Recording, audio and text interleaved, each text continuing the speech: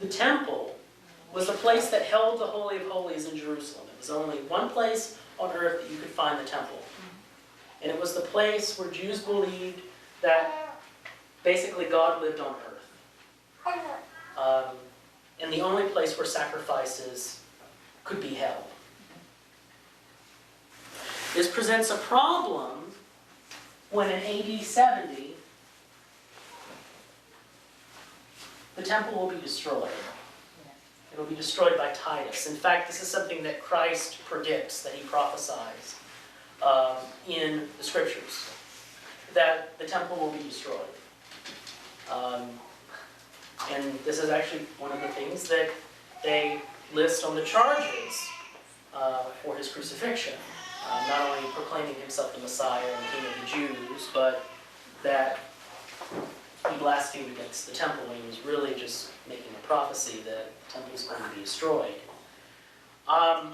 This presents a dilemma for Judaism because without the temple, sacrifices can't be held, and so how do you atone for sin? And this is where rabbinical Judaism comes in, where they have to find ways of not replacing the temple, but doing other things in order to make atonement in lieu of the temple until a third temple can be built. But this presents also a significant issue for Christianity as well, because worship for Christians started in the temple. And even from the very beginning, worship in the temple makes Christianity a liturgical religion by default. It's always been liturgical. We've always had liturgical worship. And in fact, if you look at church architecture, which is something that we'll look at later, it really is sort of like a mini temple in Jerusalem. If you look at how our church temples are set up, how they're structured, and even how our worship is conducted. Okay. Are there any questions? Let's see.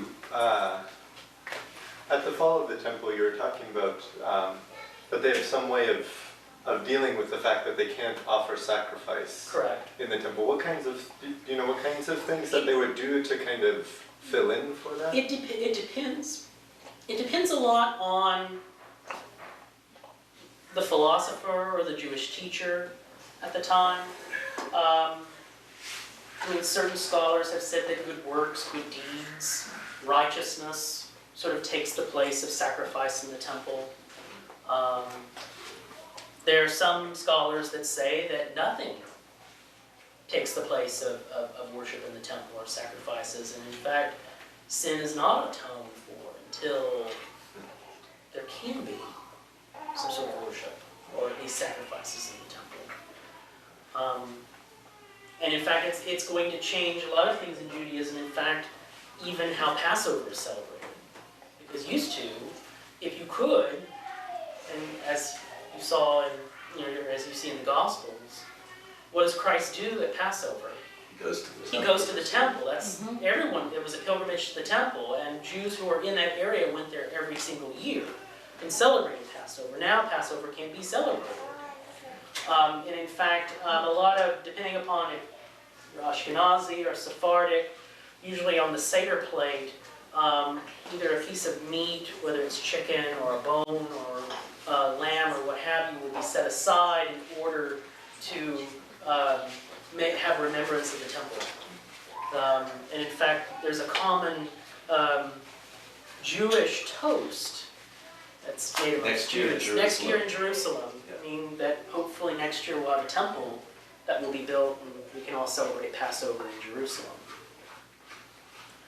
Well, what about Yom Kippur, the Day of Atonement? Yom Kippur?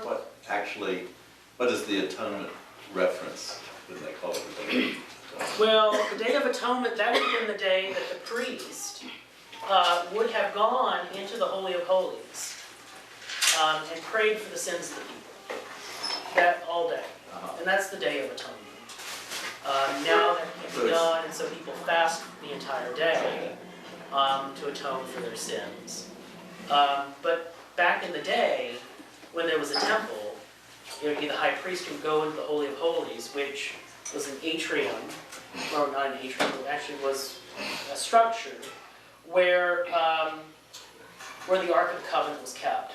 And in the Ark of the Covenant there was manna that was left over from when manna fell during the Exodus.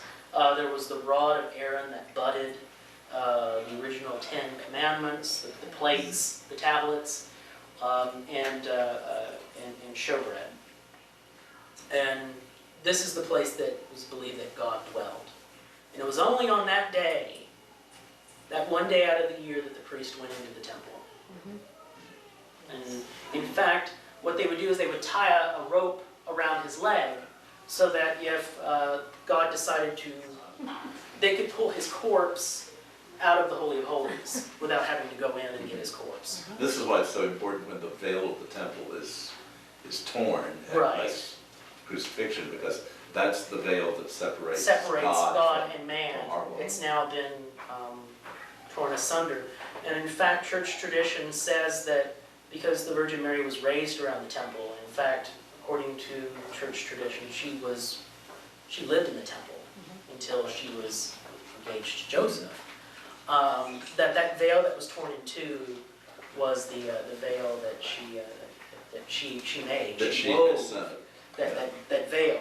In fact, if you look at an icon of the Annunciation, oftentimes there's yarn in the Virgin Mary's hand, and that's the yarn of the veil that was torn in two. So, just interesting little things.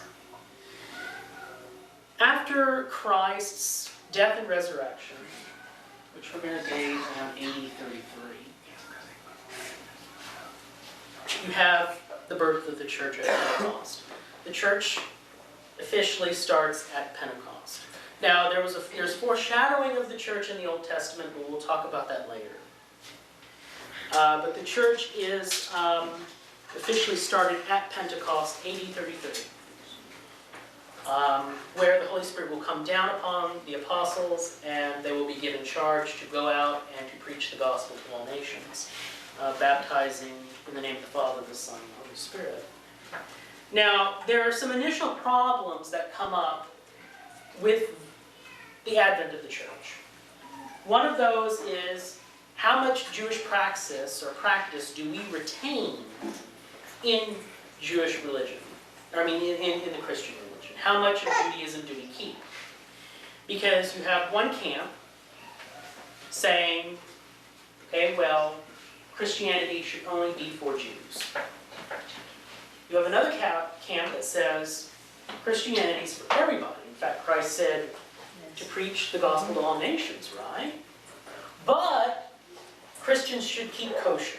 Christians should take it upon themselves to adopt Jewish praxis, to adopt Jewish liturgical praxis and laws.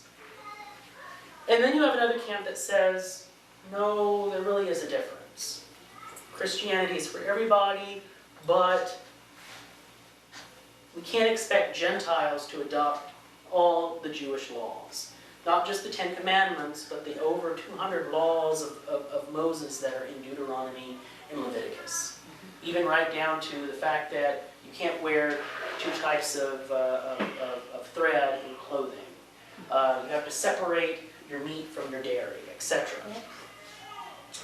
This leads us to also, one thing I forgot is circumcision. It's a big thing. Not only is this very painful to have done when you're an adult, but a lot of Greeks at the time considered this to be a form of mutilation. And there's sort of a stigma that the Greco-Roman culture has on circumcision. So you have the Council of Jerusalem, and I call this a council because it's not an official ecumenical council, if you will. We'll talk about the ecumenical councils later. And this is going to occur around AD 50. And the Council of Jerusalem is really, AD 50, is really all about what do we do about Gentiles. And so there's a discussion and there's a debate. And does anybody know who the president of this council was? James, the brother. James, the brother of our Lord, yes, who was the first bishop of Jerusalem. He would have been the president of this council. So, yes. So what was the outcome of this? Well, they debated, and they came to the conclusion, and can be found in Acts 15:23.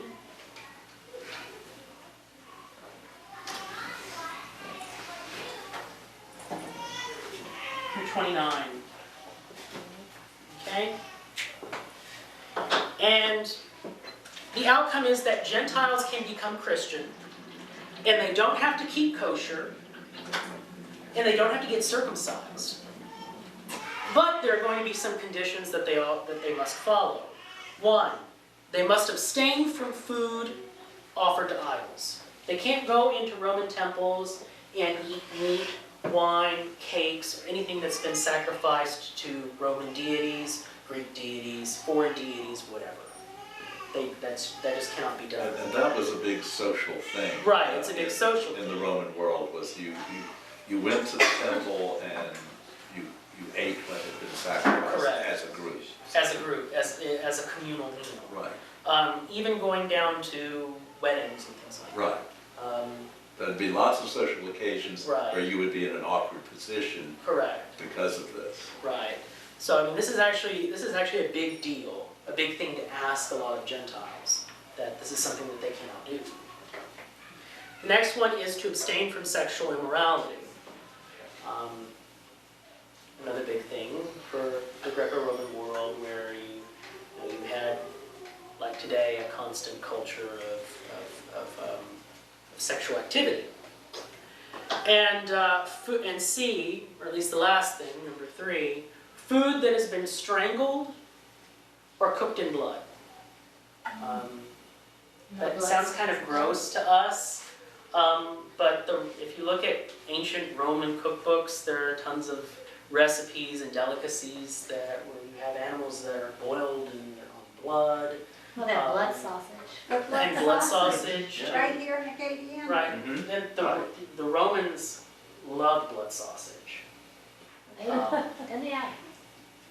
Wasn't it not allowed to be sold anymore? But I don't see it anywhere anymore, but people make it. my mother used to buy it and bring it Yeah. home. What a sacrilege. Right. I remember when my mother read Leviticus, and she loved the cooked blood from the pork chops that was very common. And she gave it up after she read Leviticus. As a good Presbyterian, she thought the Old Testament applied pretty much. Right. So she did that. So, and also, there are also, and I think even to this day, I think with geese, that is considered a delicacy. I guess it does something to the meat if you strangle a goose or something. I don't know. They sure have good livers.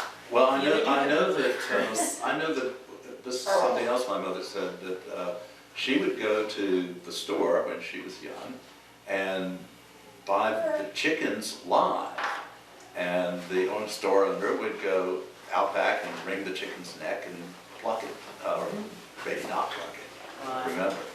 But would wringing the chicken's neck be strangulation? I mean, you sort of whip it around. I do not know. It breaks the neck. It breaks the neck, yeah. That is a possibility. I know that there is a specific way to slaughter animals according to Jewish law. Oh, yes. One of them involving making sure that the blood is completely drained from the body. You can't use a serrated blade, a blade with teeth. It has to be a straight-edged blade because you can't tear the meat. It has to be cut. So.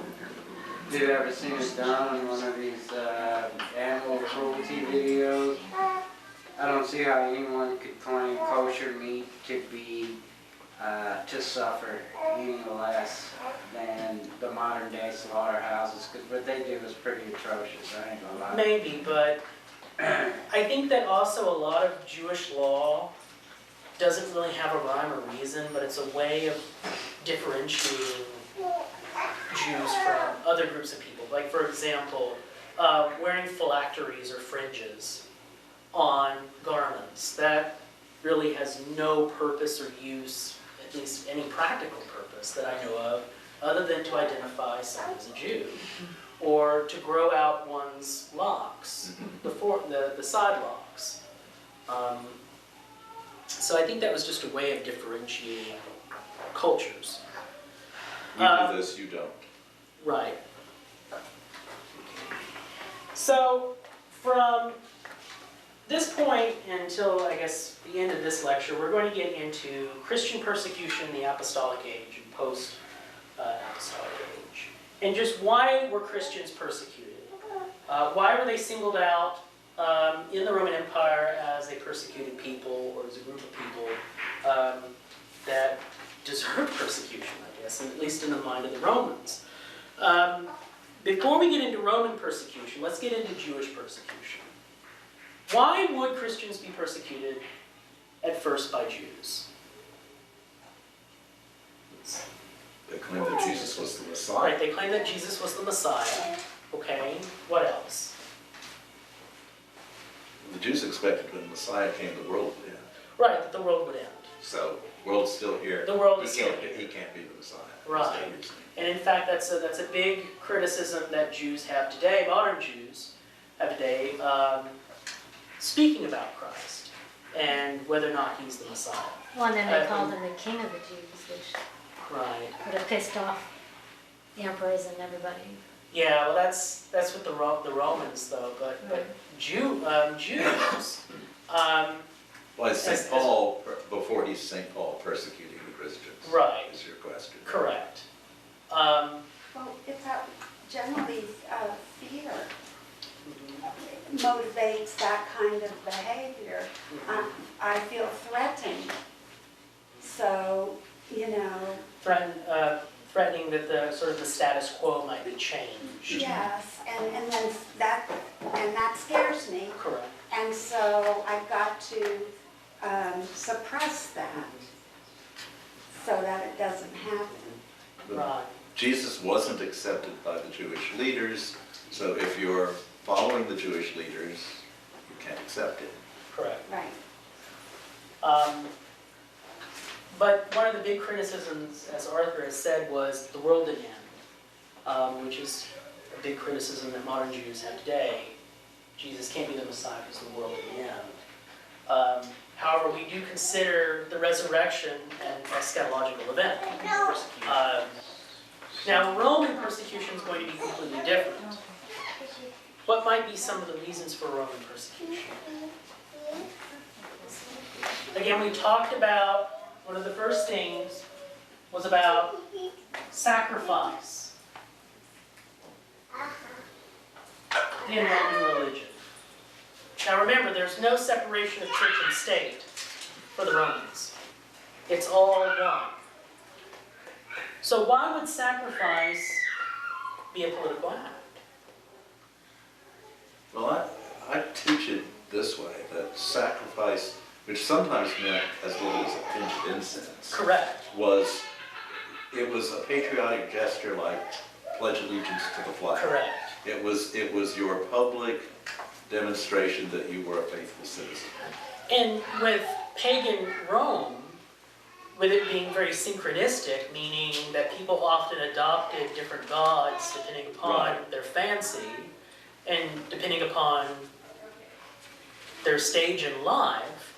You know, again, as you say, a lot of the emperors, or even the hagiographies that we'll have, you know, where there's emperors involved, emperors saying, well, it's not a big deal, just do it. Yeah. And in fact, there are actually stories, it's a good thing you mentioned the incense, because there are stories of Christian saints who were sort of tied up, and they would be given a hot coal, like we use in our censer, and they would be forced to hold it over a pile of incense, to drop it Oh, so pain they- so that they yeah, could offer incense, to force them to offer incense before the gods of the state. But you're exactly right, it was sort of like a gesture as saying I pledge allegiance, or saluting the flag, or Right. putting your hand over the heart, or when the national anthem plays. Standing up for the Star Standing up for Banner. the Star Spangled Banner, etc. Sacrifice is going to be one aspect, but another big one is emperor worship. Joanna?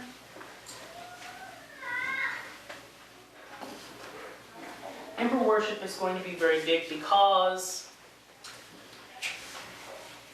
the emperor is the leader of the state, and if you don't acknowledge him as a god or as a living god, then you're committing treason. And even emperors that had died and then were later deified as well. There was a cult of Julius Caesar. There was also a cult of Augustus. In fact, it became habit for the Senate to proclaim emperors gods after they had died. That the Emperor Vespasian, when he felt death coming on, he joked and said, "I think I'm becoming a god." And even it was sort of said with cynicism in that this is kind of absurd that people would do this. The emperors, the early ones, often discouraged it, but it was Right. done after their death. Right, and Carry on. in fact, I think even Claudius didn't want it done. No, Um, it's really after the Julio, well, really with Nero that With you started Nero, yeah. demanding it all the time. Which leads us to Nero. Roman persecution of Christians is probably going to start with Nero. In AD 64, Rome will suffer a great fire, where a large number of the city will be burnt. And depending upon the historian that you read, it's going to take a different tone. Now, a lot of it probably will need to be taken with a grain of salt, because people after Nero didn't really care for him. And so it's kind of hard to really judge whether or not Suetonius or Tacitus is writing this in order just to sort of malign the emperor or have a good story. Suetonius is not to be trusted. Suetonius is not to be trusted.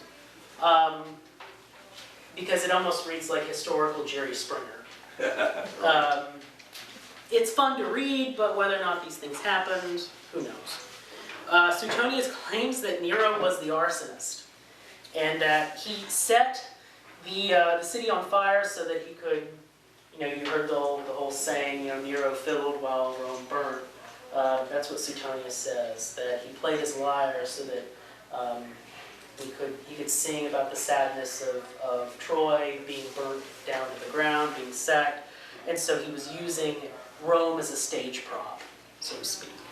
And then he used Christians as a scapegoat. The Christians did it, I didn't do it. Yeah, and I think people, because Nero took the burnt out part of the city to build a palace. Right, to build a palace, his golden palace. And guard yeah, the golden palace. house. That made people say, well, we think he probably burned down the city on purpose so he could build a palace. When he probably just did it, Probably I don't think he started the fire. There was a big fire. And he No, I don't abandoned think he started the fire either, but he probably just used the burnt land. Yeah, to- sure.